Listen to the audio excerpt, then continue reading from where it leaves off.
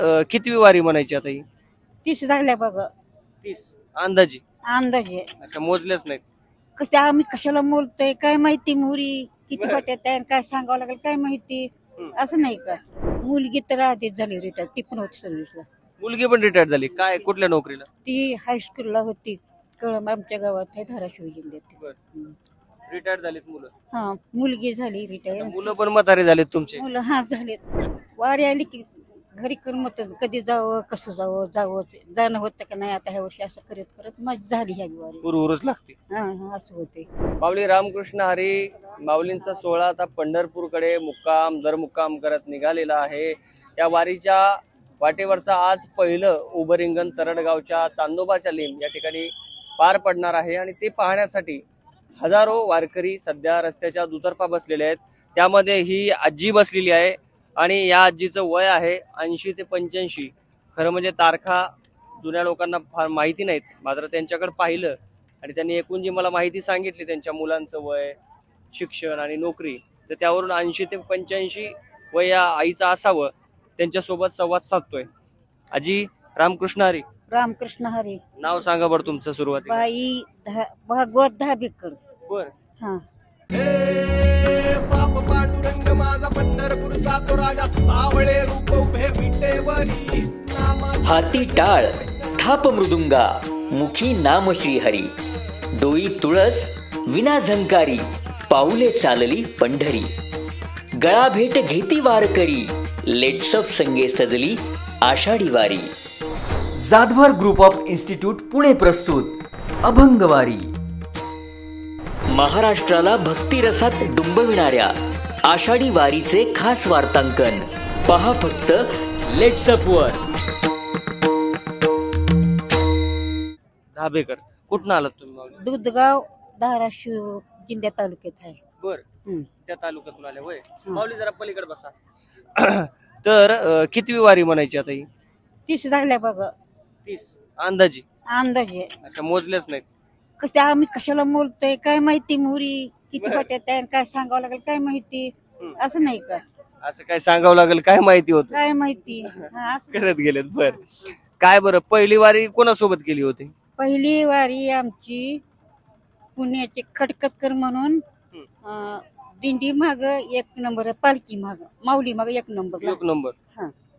त्याच्यात पहिली कोणासोबत आठवतंय का? आठवते. पहिले एक महाराज, दुसरे त्यांनी हा ना जवळच्या एका माणसाला रंगनाथ म्हणून त्यांना मान मिळाला. 8 शिखर आहे ते आमच्या त्या दिंडीला. आणि त्यात मध्ये मी पहिल्यापासून वाऱ्या केल्या ते. केवढ्या होत्या तुम्ही त्या पहिल्या वारीला? तरी पण 50 वय झाला. मी मोजलंच नाही, पण बऱ्याच वर्ष झाल्या.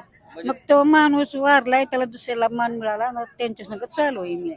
म्हणजे घरातलं कोण होतं तुमच्या सोबत? घरातलं माझ्या कोण सोबत नाही. गावची होती पण आता कोण नाही. ते आता बाहेर गावची, आसपासच्या गावची आहे ती. तुमचे मालक? माझे मालक वारले तर 20 वर्ष झालं. बर. मग पहिली वारी सोबत होते का तुम्ही दोघं? ते नव्हते तेव्हा पण. तुम्ही त्याच्या एकटेच आधीच केली? राहते माझ्या 2 वाऱ्या. त्याच्या आधी वाऱ्याच्या म्हणजे असं शेजारच्या गावचीच वारी चालू होती. त्याच्या आधीच माझ्या वाऱ्या झाल्या होत्या. आता जवळपास 85 ते 90 तुमचं वय एकूण दिसतंय. तर काय पाय वगैरे दुखत नाहीत का तुमचे? दुखतेत राहते तसं आपलं. बघा, प्रामाणिकपणे सांगितलंय दुखतेत. हा, राहते दुखतेत असं होते ना. मग आता घरच्यांनी सांगितलं नाही का तुमच्या की आता पाय दुखतात, आता वय झालंय? मला माहिती आहे, पण मला परमेश्वराची आवड आहे म्हणून काही करता येत नाही त्यांना. बाकीचं काही मी जास्त त्यांच्या विरोध करत नाही. बर. असं आहे. विरोध करत नाही. बाकी कशाला करायचं, पण परमेश्वराची आवड आहे म्हणून इकडे बारी करते. तुमच्या मुलांचे वय किती आहेत बरं आणि काय करतात ते? बघा, माझ्या मुलाची वय, मी तर सांगते ना, मोठा मुलगा नोकरी आहे, त्यात रिटायर झाला एखाद्या महिन्यात होईल. बघा, आईचे वडील, माफ करा, आईचा मुलगा रिटायर्ड व्हायला आलाय म्हणजे आईच्या वयाचा आपल्याला अंदाजा कळतो. मुलगी तर आधीच झाली रिटायर, ती पण होती सर्व्हिसला. मुलगी पण रिटायर्ड झाली काय, कुठल्या नोकरीला? ती हायस्कूलला होती, कळंब आमच्या गावात आहे, धाराशिव जिल्ह्यात. रिटायर्ड झालीत मुलं. हा, मुलगी झाली रिटायर. मुलं पण म्हातारे झालेत तुमचे. मुलं हा झालेत. हा, खरे. तुमच्या डोळ्यासमोर मुलं पण म्हातारे झाले. पण तुमची पंढरीची वारी काय सुटना. काय भेटते या वारीतून? आता चालन लागतं उन्हामध्ये, किती ऊन आहे आता. घरी करमत नाही वारी आली की, उठून जावं वाटतं, असं होते. खरं तर हेच होते. वारी आली की घरी करमत, कधी जावं कसं जावं जाणं होतं का नाही. आता ह्या वर्षी असं करत करत माझी झाली ह्या वारी. उरच लागते. हा, असं होते. काय बरं आता पांडुरंगाकडे चाललंय एवढ्या आता हालापेष्टा करत, पण तरी नवक असं होते अजून होती का नाही करत करत अजून तर बाहेर काय असं काय वाटतं बरं? आता वारीला चालताय तुम्ही, म्हणजे घोडीच लागली सुटतच नाही मनातून तसं होते कधी जाईन होते.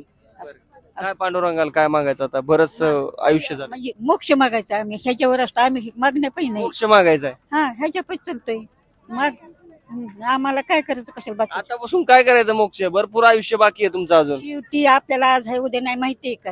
बरं. असं कसं म्हणजे पांढऱ्या घरी बसू देत नाही चल उठूनच लावतोय असं ही खरी ही गोष्ट आहे. ये म्हणतात भेटायला. मान्य असं आलंच की अर्थ घरी थांबवत नाही म्हणून घरी थांबवत नाही म्हणून त्यावेळी अशी वेळ आली तर.